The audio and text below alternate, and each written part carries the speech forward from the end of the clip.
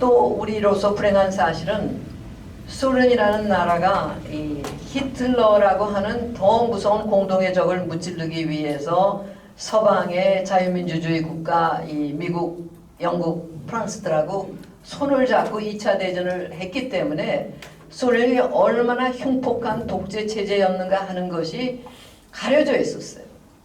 연합군도 그걸 강조할 이유가 없었고, 소련 측도 전통적인 애국심을 고취하는 쪽으로 나가고 그 공산주의의 추악한 측면은 감추는 이런 식으로 많이 갔습니다. 그렇기 때문에 이 2차 대전이 끝났을 당시, 우리가 일본으로부터 해방되고 나라가 분단됐을 당시에 소련의 스탈린은 동유럽을 다 장악한 전승국의 이 공산주의 전승국의 원수로서 그 사람의 권위와 그 독재적인 권한은 정말 하늘을 찌를 것 같은 그런 인물이었어. 그런 사람의 명령을 받는 공산주의자들하고 타협을 해서 국가를 세운다는 건 불가능했습니다. 그런데 불행한 거는 우리나라의 이 좌경된 그 지식인들 그 세대의 사람들은 거기에 가다 이상주의자들로서 뭐 지주의 아들이라든가 뭐 소위 양반 출신으로 그나마 뭐가 있어서 동경 유학을 갔거나 뭐 제국주의 이 경성대학을 갔거나 하는 사람으로서 소련이 내보내는 그 이상주의적인 막스주의 그것만 봤지 소련이 실상은 알 길이 없었어요.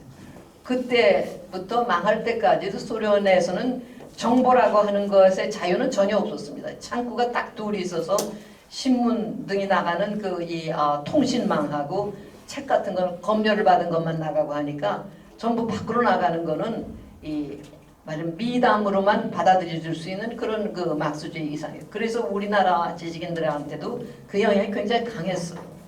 그래서 사실 해방 당시에 우리나라에는 어떻게 보면 그 대학 이상의 수준을 교육을 받은 사람들 가운데 좌익들이 우익 못지않게 많았다고 볼 수 있고, 소위 자유민주주의 가치라고 하는 건 어떻게 보면 공기 같아서 조금 모호합니다. 근데 공산주의는 그보다 훨씬 더 뚜렷하게 말하자면 소위 인간 해방, 평등, 사유재산제 폐지, 신분제도의 폐지 등 하니까 젊은 사람들한테 훨씬 더 매력적으로 다가오는 그런 이념이었거든요. 그런 속에서 사실 해방됐을 적에 우리는 남쪽은 미군에게 점령당하고 북쪽은 소련에게 점령당했지만 일본을 패망시킨 거는 41년부터 일본하고 전쟁을 한 미국이 주력 부대로 한 거지, 소련은 이미 히로시마에 원자폭탄을 떨어뜨린 다음에 일본의 패망이 확실시 됐을 때 일본에 대해서 선전포고를 하고 곧바로 북한으로 진출한 세력이거든요. 그러니까 이거는 우리의 의사하고는 전혀 상관없는 굉장히 불행한 국제적인 상황이었어요. 유럽에서는 벌써 45년 5월에 전쟁이 끝났기 때문에 미국 사람들은 지금이나 그때나 자국의 그 국민의 생명을 무엇보다도 소중하게 여기니까 소련한테 빨리 일본하고 개전을 하라고 요구를 했는데, 스탈린은 우리 이제 지쳤으니까 3개월 후나 회복을 좀 한 다음에 할 수 있다 했는데, 묘하게도 그것이 미국이 원자폭탄을 바로 떨어뜨린 그 다음이었어요. 그러니까 소련은 일본하고 전쟁을 한 거는 며칠밖에 안 되는데 한반도를 거의 다 장악할 수 있게 되니까 미국이 급히 38선 이 남에서는 우리가 일본의 항복을 받을 테니까 거기 저지해라 해서 그 분단선이 생겼던 거죠. 이런 우리 민족의 의사하고는 상관없는 이런 그 경위가 있었기 때문에 좌우익 간의 이 대립이라고 하는 게 사실 해방 당시 상당했습니다. 그런데 다행스럽게도 우리는 그 이승만이라고 하는 그 탁월한 그 지도자가 동양의 학문에 통달해서 과거에 도전했다가 합격하기 전에 과거제도가 무너지는 바람에 미국에 가서 프린스턴 대학이라고 하는 미국의 최고 명문에서 박사학위를 1910년에 받은 그런 특수한 그 자격을 가진 그 인물이 나왔기 때문에 공산주의 요체를 굉장히 일찍부터 꿰뚫어 봤습니다. 사실 저는 어렸을 때 여러분이나 마찬가지로 이승만 박사는 우리 대통령이라 그냥 알았지 특별히 공부를 한 적이 없었는데, 근자 한 10년 사이에 하도 말도 안 되는 소리들을 해서 그 이승만을 폄하하기 때문에 제가 제 전공 영역을 뒤로 하고 우리 현대사 공부를 일부러 했습니다. 그러나 알면 알수록 정말 참 천재라고밖에 부를 수 없는 그런 이 탁월한 인물인데, 제게 직접적인 동기가 된 건 이미 1923년에 미국에서 하와이에서 이제 교육운동부터 해서 독립운동을 시작할 때 벌써 공산당의 당부당이라고 한 3, 4페이지밖에 안 되는 짤막한 글을 썼는데, 왜 공산주의가 뭐고 왜 나쁘냐 하는 걸 거기 쓰셨어요. 공산주의 장점은 뭐냐? 노동하는 다수 농민 노동자들이 인간답게 잘 사는 사회를 만든다는 것이죠. 그건 내 목표다 바로. 그게 공산주의의 가장 강점인데 방법은 다 틀렸다. 그걸 5가지로 딱 지적을 했습니다. 이 사유재산 제도로 없어서 모든 걸 다 골고루 나눠주면 사람들이 열심히 일할 동기가 없어지고, 기업가들을 적대시하고 지식인을 홀대하고 종교를 박해하고 국가기구를 약화시켜서 도구화하면은, 그러면 그리고 종교를 탄압을 하면 그런 절대 다수를 잘 살 수 있는 사회를 만들 수 있는 창의력이나 생산 동력 같은 게 나올 데가 없다. 이거는 아무리 지금 소련이 대국인 것 같아도 이 나라는 이런 이념을 가진 나라는 망할 수밖에 없다. 그때 벌써 선언을 했어요.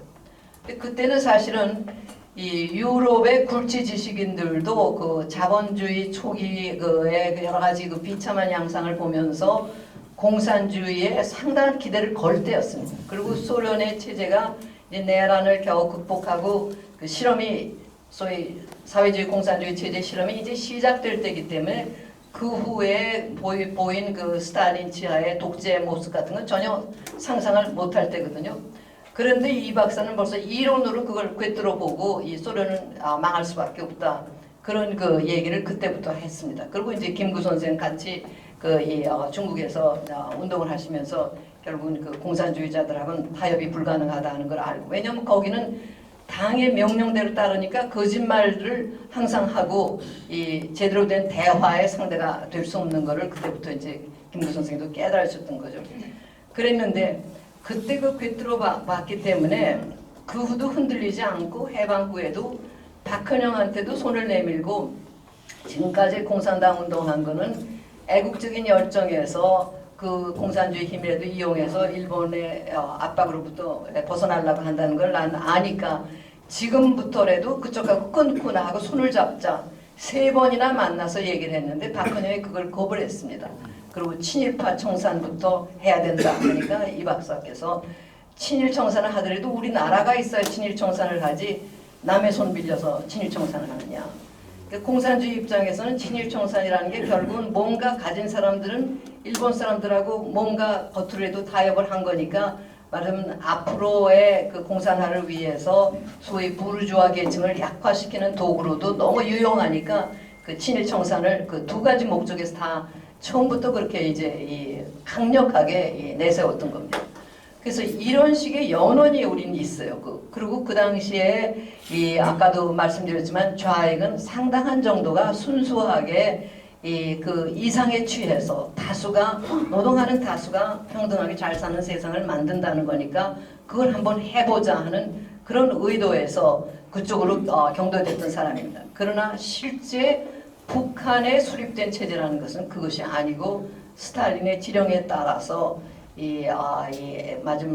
무슨 독립운동 경력도 별게 없고 소련 군대에 편입되어 있던 30대 초반에 김일성을 발탁해서 박헌영 같이 나라의 어떤 뿌리를 가지고 있는 사람보다는 자기들 말을 듣지 않을 수 없는 그런 사람을 통해서 소련의 명령대로 그대로 만들어진 게 북한 체제입니다.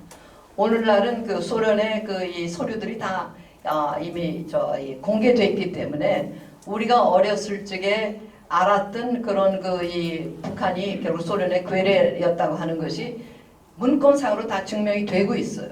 뭐 김일성 예를 들면은 김구 선생 일행이 48년에 뭐 민족 지도자 회의 참석한다고 할 적에 스탈린이 김일성에게 내렸던 이 명령을 내려서 김일성 동무에게 이런 걸 해라. 즉 소련이 유엔에서 원하는 그대로 그 사람들은 이 유엔이 원하는 식으로 남북한 동시 선거를 통해서 이 한국을 통일 국가를 세우는 것을 원치 않고 그렇게 되면 남한의 인구가 더 많으니까 우익 정부가 될 가능성이 많으니까 그건 원하지 않고 자기들의 말을 잘 듣는 좌익들이 절대 다수를 장악하는 소위 민족 지도자 회의를 통해 가지고 이 나라를 만들게 하자 하는 게 목적이었으니까 그런 지령을 내리고 김일성이 아프면은 어느 소련 군관구에 가서 거짝 돈으로 뭐 치료를 받아라 하는 허가까지 내리고 뭐 이런 식이고 또 이 북한이 우리 대한민국이 수립된 다음에 9월 9일에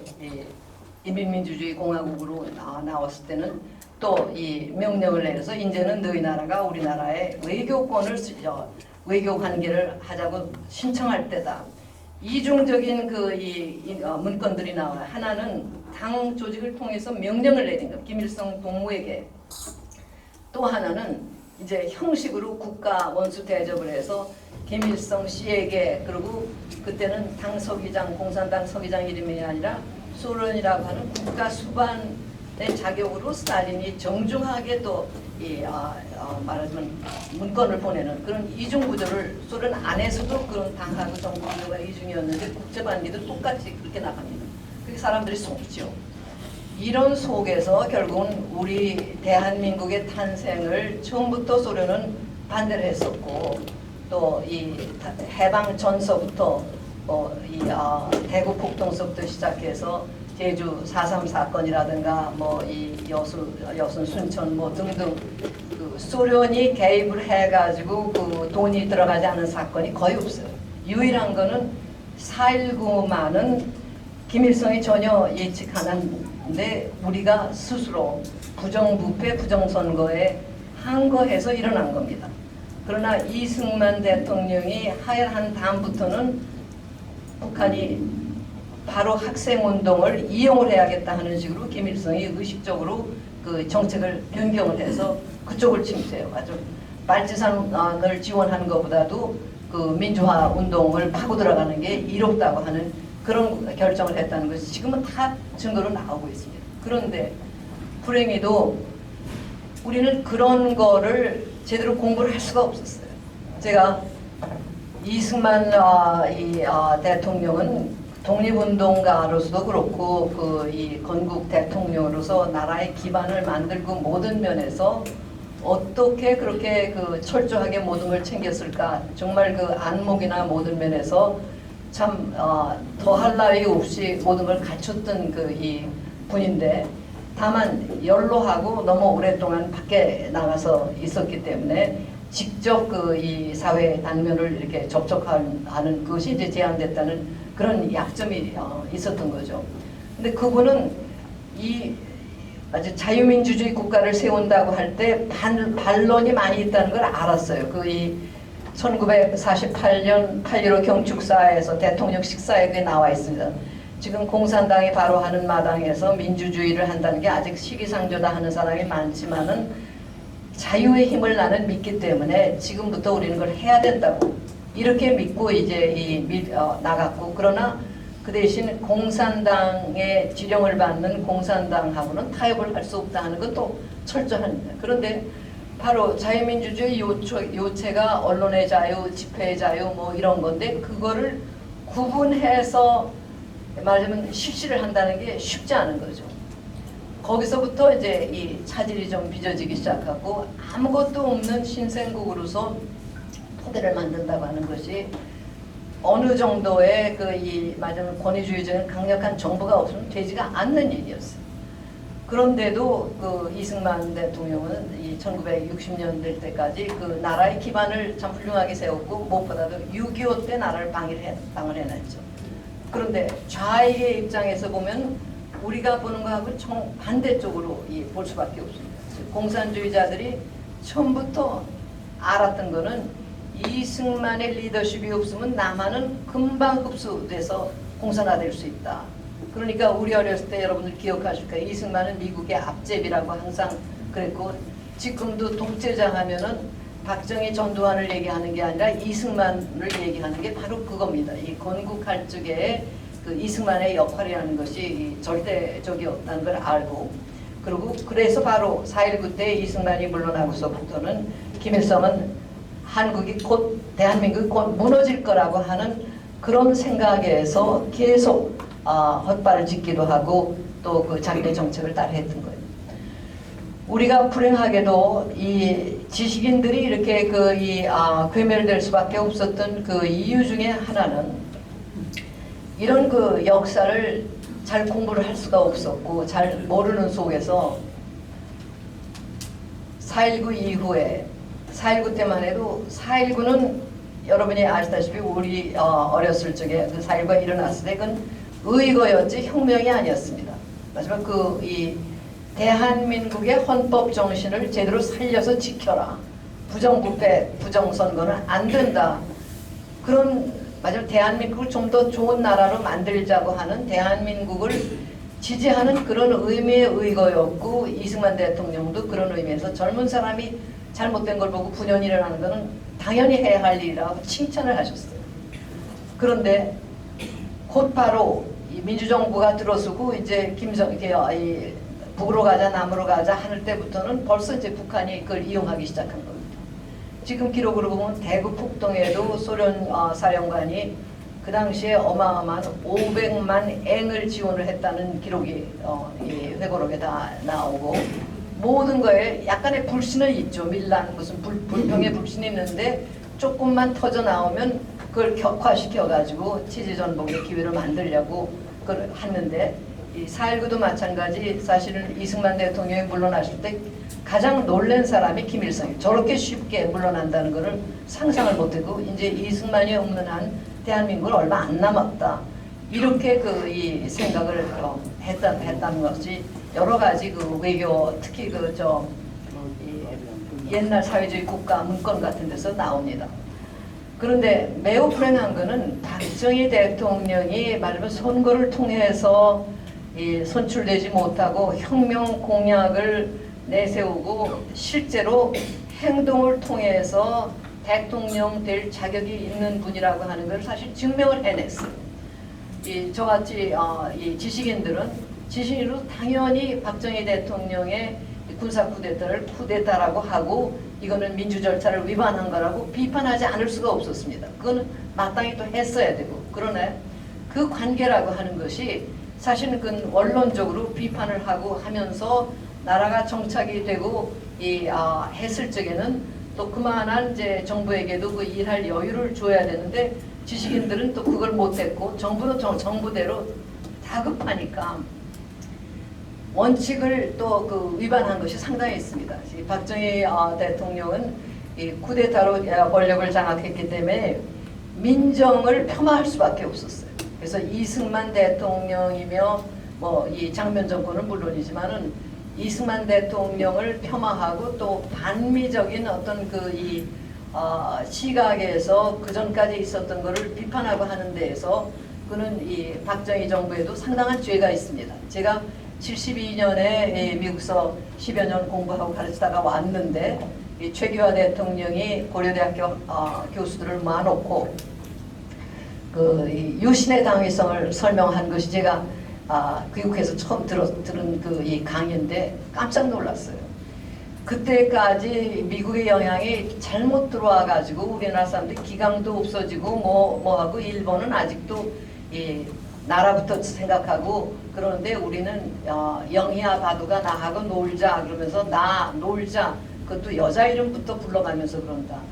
그때까지 이룩된 그 민주화 과정이라고 하는 거에 의미를 제대로 파악을 못하고 부정적으로 하는 그런 게 들어있었어요. 그러니까 약간 일본 군국주의를 모델로 한 강력한 반공 국가를 만들겠다고 하는 것이 박정희 정부의 목적이었는데 불행히도 민족주의 강력한 군사체제 이런 거는 호소력을 발휘한 데 비해서 반공이라고 하는 게 거꾸로 먹혀 들어가는 이런 불행한 일이 빚어졌습니다.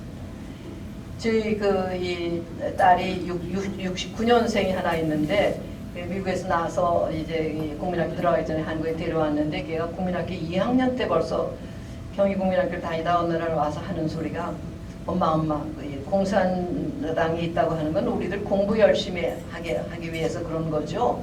이런 얘기를 했어요. 그게 바로 386 세대입니다. 그 이 반공교육에서 우리가 공산주의가 나쁜 거는 공산주의가 뭐길래 왜 공산주의는 안 된다 하는 거를 이해할 수 있게 교육을 시키지 못하고 급하니까 공산주의에 관한 서적은 전부 다 금서를 만들었습니다.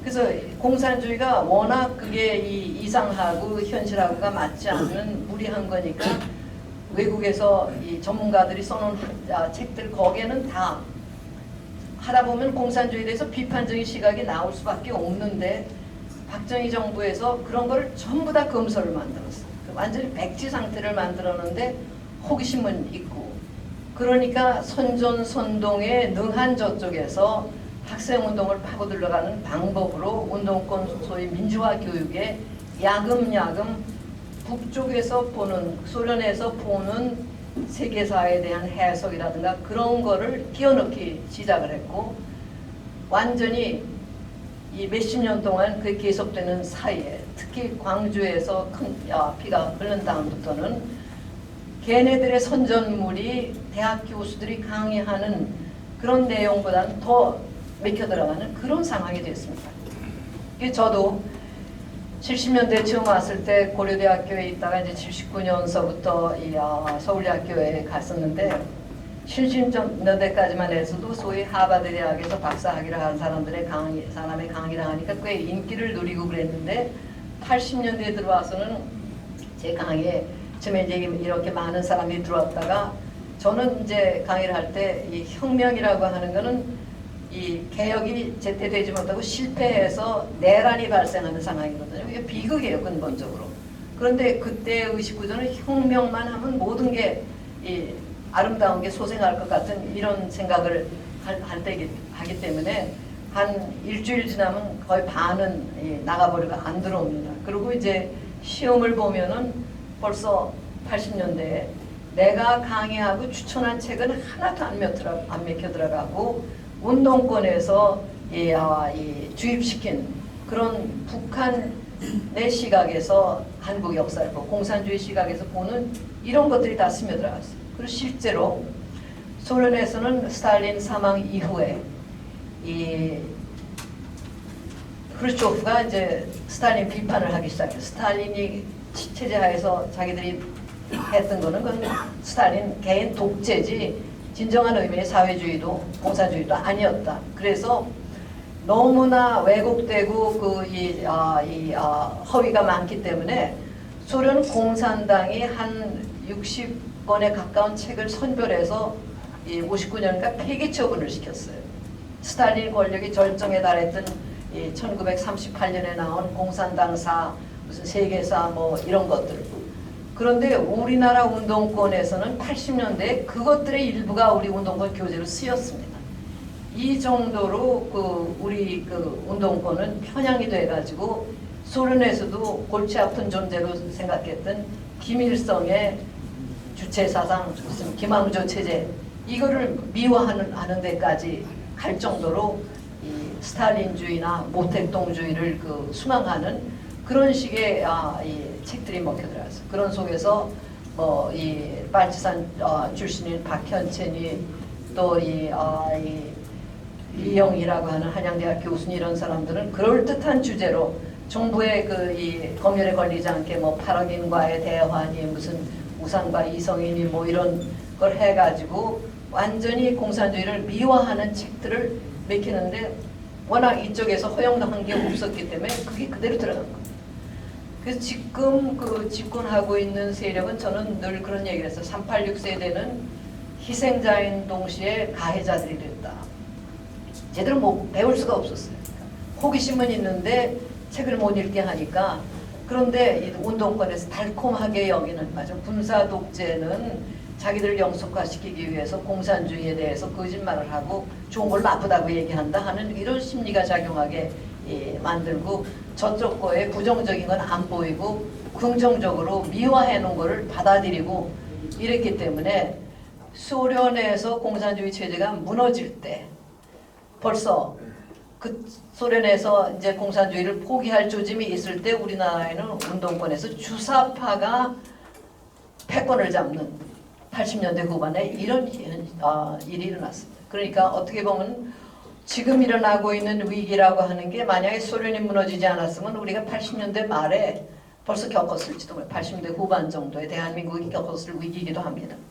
그런데 이제 그 세대가 더 자라나가지고 지금 이제 성인 세대가 돼가지고 그런 가치관을 가진 사람들이 배운 게 그거밖에 없는 겁니다. 국가는 소위 헤게모니를 가진 세력이 이용하는 도구다. 이 공동체 전체를 관리하는 것이 아니라. 그런데 이제 자기들이 이제 헤게모니를 잡았으니까 이걸 마구 써도 누가 뭐라고 그러냐, 감히 해보려면 해봐라. 그래서 지금 현재 대한민국에는 언론도 죽었고 언론의 자유도 죽었고 이 사법정의라고 하는 것도 그것도 지금 없고 지금 삼권 분립이라고 하는 것도 실제 국회가 조금 아직 그 생명을 유지하고 있지만은 정말 제대로 작동한다고 보기가 어려운 이런 심각한 상황입니다. 겉으로 보면은 살기에 그냥 괜찮은 사람들은 뭐 모른 척하고 이러다 또 말겠지 우리가 위기를 겪은 게 한두 번인가 이러지만은 실제는 지금 경제 체제가 원전 파괴에서부터 시작을 해가지고 지금 뭐 모든 게 다 대한민국의 기둥을 꺾는 그런 식으로 지금 진행이 되고 있기 때문에 2년 사이에 파괴된 거라는 건 참 어마어마하죠. 그리고 세계에서 누리는 대한민국의 그 이 상대적인 위상, 지위 이런 것 같은 것도 겉에 나타난 것보다는 훨씬 심각하게 지금 이 상처를 입고 있습니다. 그런데 이렇게 해서 이제 어떻게 할 거냐? 결국 지식인들은 자기들이 독재 타도만 외치면은 소임을 다하는 것 같이 이렇게 하는 가운데에서 지식인의 역할을 다 상실해버린 거예요. 역사를 했다는 사람들이 대한민국이 1948년 8월 15일에 탄생한 나라라는 것을 부정하는 사람이 나와도 그걸 반론을 하지 못할 정도로 지식인들은 사실 죽었습니다. 교수 집단들, 언론인, 제가 KBS에 1914년 그 세월호 사건 이후에 그 이사장으로 가면서 막연하게 그 방송 매체를 이용하면 잘못된 역사 교육을 좀 바로잡을 수 있지 않겠느냐 기대를 걸었는데 천만의 말씀. 그때 벌써 방송은 실제 이 방송 제작을 하는 기자나 이 PD들이 전부 잘못된 역사관, 대한민국의 역사를 부정적으로만 인식하는 그런 사람들 손에 있기 때문에 프로그램을 할 수가 없었어요. 물론 이사장이 시켜서 하는 건 아니고 사장이나 뭐 그런 사람들이 간접적으로 할 수 있는 거지만 그런데 예를 들어서 손세일이라고 하는 분이 김구 선생의 그 신봉자로서 야당 국회의원을 2번 지내고 동아일보 기자를 지낸 분이 40년 동안 그 이승만과 김구 연구에 매달려서 7권의 책을 냈어요. 이승만과 김구라고 7권으로 아주 재미있게 철저하게 고증된 연구서지만 읽히기는 소설같이 재미있게 사생활서부터 공적인 활동까지 다 있는 그리고 그 좌우할 것 없이 모든 사람들로부터 호평을 받는 책인데 이거를 소재로 KBS 연속극, 역사 연속극을 하면 얼마나 좋겠느냐. 제가 3년 동안을 넌지시 그거를 추진했는데 못했습니다. 저항이 워낙 강했어요. 완전히 거짓말로 이승만은 뭐 알아볼 가치조차도 없는 형편없는 인간으로 지금 매도를 해놨고 이게 몇십 년 걸려서 그렇게 만들어 놓은 겁니다. 그래서 심지어는 얼마 전에 어떤 택시 운전수가 이 386 세대인데 문정권이 하는 거를 아주 강력하게 비판을 하더라고요. 그래서 신통해서 그리고 이제 박정희 대통령은 이 군사 쿠데타로 권력을 잡았지만 대통령의 그 자격이 있다는 걸 실증을 한 분이다. 여기까지 해서 제가 그러면 이승만 대통령에 대해서는 뭘 아느냐 그랬더니 그건 다른 얘기죠. 무슨 개혁을 해가 저 4.4.5입을 비롯해서 그건 알만한 내가 알지도 못하지만 알만한 가치도 없는 인물입니다. 이런 식입니다. 그러니까 대한민국의 토대를 허무는데 워낙 집요하게 노력을 한 결과 지금 정말 우리가 서 있는 토대가 다 무너졌어요. 그런 면에서 제가 우리나라 지식인들이 정말 역할을 제대로 못하고 그걸 막아내지 못했다는 면에서 러시아에서는 적어도 그 위에키 같은 거를 발간할 만한 그런 용기 있는 지식인들이 있었는데 우리 그것도 없는 겁니다. 그러니까 지금 국가의 위기라고 하는 건 정말 아주 밑바닥서부터 새로 시작을 해서 나라가 뭐고 민주주의라는 게 뭐냐 그랬지 그런 것부터 새로 가르치면서 해야 되고 그런 과정에서 적어도 인간이 인간으로서 완전히 파괴되지는 않도록 하는 그거를 우리 모두가 해야 된다고 봅니다. 저는 구체적으로 지금 이 나라를 지키기 위해서 활동하다가 지금 그 순환당하는 사람들이 많지 않습니다. 적어도 제가 알기만 해도 200여 명이 넘는 사람들이 지금 갇혀 있거나 또 구금이 되지는 않았어도 여러 가지 종류의 말하자면 부당한 그 소송을 당해가지고 전부 다 가산을 탕진하고 죽을 지경이 된 사람들이 참 많습니다. 그런 사람들이라도 정말 조금씩이라도 도와가고 이 용기를 잃지 않게 하는 그런 데서부터 정말 주변의 모든 사람들 자녀들에게까지도 얼마나 지금 국민이 속고 있는가 이런 거를 이제 깨우치는데 정말 노력을 해야 된다고 봅니다. 지금 같아서 보면은 우리 경제가 소생을 한다고 하는 것이 당분간은 어려울 수도 있고 특히 또 북한하고 관계에 있어서도 지금 이게 어떻게 갈지 이건 우리의 재량에 따른 게 아니라 트럼프 같이도 예측 불가능한 사람이 미국의 대통령을 하고 있기 때문에 그 사람이 이 남북한 관계에도 어떤 영향을 미칠지 사실은 예측하기가 조금 힘듭니다. 그런 사정이지만은 그래도 말하자면 인간이기를 포기하지 말아야 된다. 6.25 때 제 경험으로 인민군이 들어오고 뭐고 했을 때도 그렇고 4.3 경험이니 이런 걸 봐도 거대 정치적인 그런 물결 위에서 개인이 즉각할 수 있는 건 사실은 많지는 않아요. 그러나 거기서도 그래도 인간으로서의 의식을 잃지 않고 눈 감아줄 거 눈 감아주고 이렇게 하면서 악이 조성되는 것을 조금이라도 막은 그런 사람들 그런 것이 있을 경우에 나중에 회복이 빠르지만은 거기서 제대로 자기를 가누지 못하고 심하게 나쁜 짓을 해서 대응을 한다든가 이러면은 나중에 그 상처가 더 깊어지기 때문에 그건 회복이 더 어렵다고 저는 봅니다. 그래서 그런 면에서도 사실은 국민 모두가 지금 정말 잠을 못 자면서 고민을 하면서 뭘 할 수 있는 건가 이런 걸 해야 될 것 같아요. 그래서 특히 이 방송 같은 데에서 지금 나오는 것만 믿으면은 이 세상이 어떻게 돌아가는지 모릅니다. 이 외국의 채널도 보고 인터넷 방송으로 중규제 TV라든가 여러 가지 몇 개 볼만한 것들이 있으니까 그런 거 보고 지원하고 이러면서 국제 정세가 그래도 우리한테 너무 불리하지 않는 방향으로 나아가기를 바라는 그거를 해야 될 것 같습니다. 지금 조금 더 말하자면 밝은 전망을 얘기를 한다면 지금 우리 경제의 힘 그리고 사회 전체가 가지고 있는 잠재력 같은 거는 소련이 혁명으로 넘어졌을 때하고 비교할 수가 없죠. 사실 사회과학자들이 모두 어떤 나라의 평균 소득이 2만 불 넘으면은 혁명은 안 일어난다 했는데 우리는 그거 훨씬 넘었는데도 지금 의식이 잘못돼 가지고 있는 거를 소중하게 여기고 할 줄 모르고 또 했기 때문에 그래. 그러니까 어떻게 보면 기득권 세력이 너무 안일하고 이기적이었기 때문에 바로 체제를 뒤엎으려고 하는 사람들의 과다한 욕심을 나무랄 수 없고 슬금슬금 양보를 하면서 지금 나라는 정말 어떻게 되는지 모르는 게 모두가 그냥 나눠 먹고 잔치를 하는 이런 식의 지금 나라가 되어 있습니다. 개인의 경우나 국가나 생산성에 있어서 보다 더 많은 것을 소비하는 경우에 그건 망하게 되어 있죠. 지금 우리가 바로 그런 짓을 하는데 이 정부가 앞장서고 있으니까 그걸 이제 어떻게 막는가? 그건 당연히 정치적인 또 해결책을 찾아야 됩니다.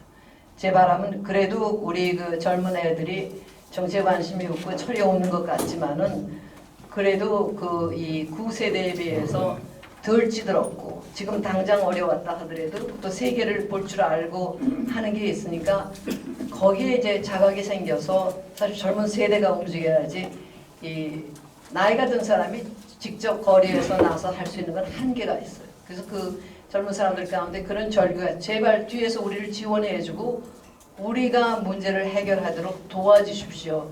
그런 말들이 많이 있습니다. 그래서 그런 면에서 좀 여러분들 같이 열의를 가지시고 또 이 배경 뭐 지식이나 경험이나 뭐 이 모든 실력이 있으신 분들이 계속 이런 노력을 하는 한 이 나라가 참 굉장히 고통스러운 지경에 들어가긴 하겠지만 그러나 그 소생하는 그 힘이 곧 다시 일어나지 않을까 이렇게 생각합니다. 감사합니다.